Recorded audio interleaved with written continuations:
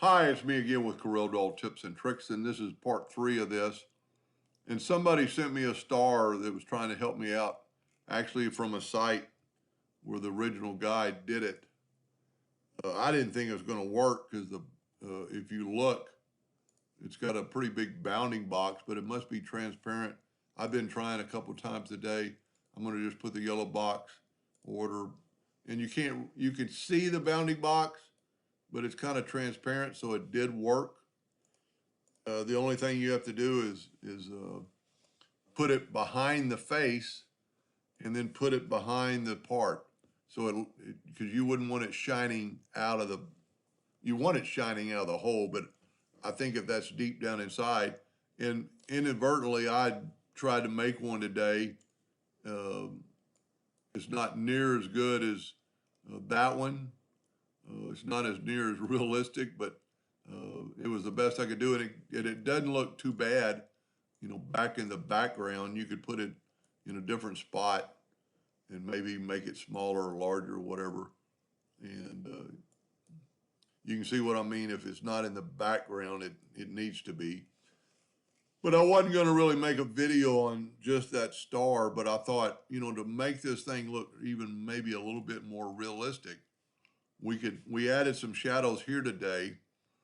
Um, if we go and break this all apart, well,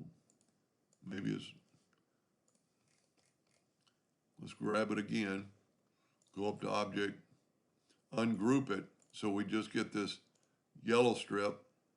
Well, that's not what we want. We can actually nudge that out of the way for a second, and then nudge that part. Has to be broken in half again or ungrouped again.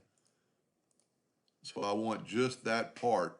So I'm actually going to nudge it down and maybe back over and then zoom in.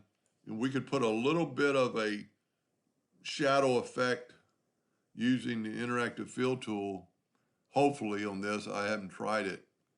And then take and make a light gray effect. I don't think it's going to matter too much. Sometimes that gets in the way.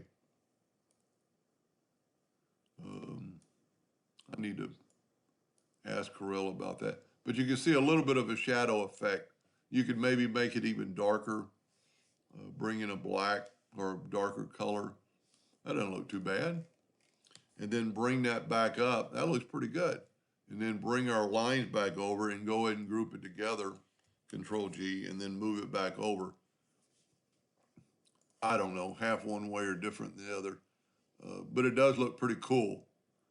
Um, and you could go and look for different light patterns that I had, but I think the person that's got me the star, because you could actually, somehow, it'd be kind of hard to grab it. We could grab this and move it out of the way and possibly grab our star. No, that's my star. There's a star, and maybe make a duplicate. Ooh, I just made a duplicate and it made it brighter looking. That looks pretty cool. I was actually going to move it, but let's do it.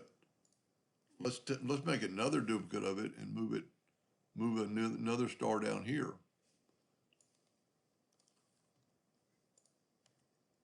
That looks pretty cool. More cyber.